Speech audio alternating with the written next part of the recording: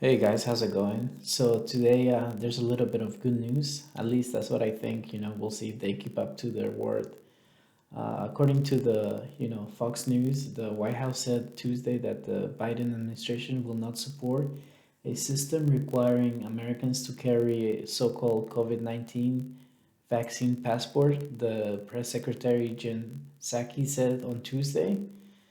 So that's good to know, like I mean, that's like if they stick to their words. So we'll see if they change it.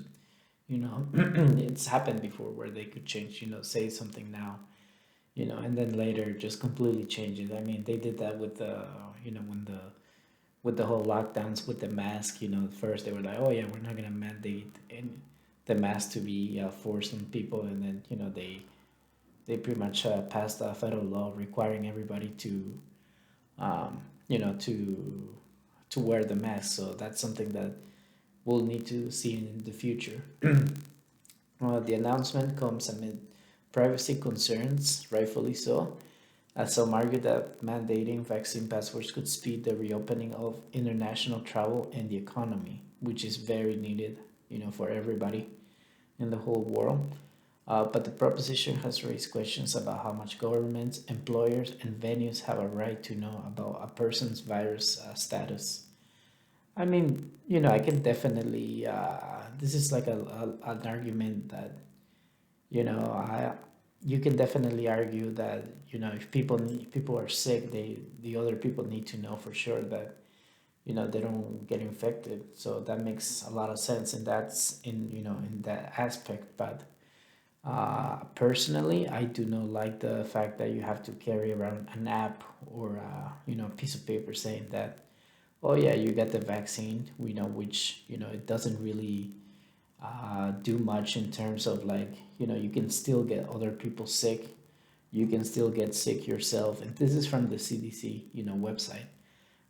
From official statements that there's like you can still pass on the virus and you can still get it. So there's no denying that. Um, so it says here that the press secretary said that, let me be clear on this. I know there's been a lot of questions, and the government is not now, nor will we be supporting a system that requires Americans to carry a credential. So that's good.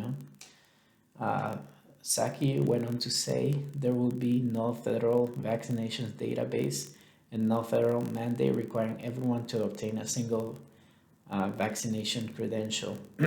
However, all these tools are being considered by the private and non-private sectors.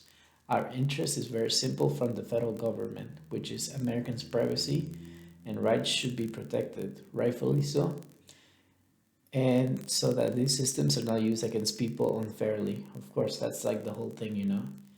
If I think that's good. Like, for example, if I don't want to, if there's a concert, and people have to show up, show their vaccine passport to get in a way, that's kind of like makes it, I guess, safer. If you can call it like that, to for everybody.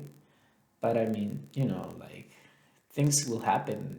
Like, you can't stop people from, car accidents will still happen. Unfortunately, everything can happen. So there's no guarantee of safety.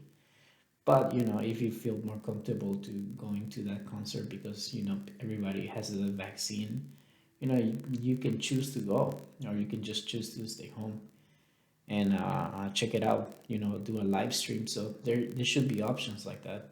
So hopefully they keep to their promise, and most of the world too. Because not I think not everybody's on board with having a vaccine passport personally, and I know like a lot of people are not. So yeah, we'll see what happens. New York is launching their own vaccine passport, which I covered before, which is called the Excelsior Pass, and they end the article saying that some private businesses and organizations may be looking at developing ways to confirm that someone is vaccinated, and that's something that that's up to the private businesses, and organizations to do, so hopefully it stays that way, and should definitely try to keep it that way. So that's good news. I think there's definitely, I think credit should be given to, to this administration if they're actually sticking to their word and their promise. So that's that's good, because hopefully that will open up more traveling, and just hopefully we can get back to some sort of the same normal that we were used to before all this nonsense happened. Nonetheless, I did see that China is pushing the World Health Organization to they want to like have like a global immune passport, so you have that to deal with. I know in China it's like more authoritarian, apparently. So we'll see if they try to force that to the rest of us. And yeah, that's the podcast for today, guys. Appreciate it so much. Thank you.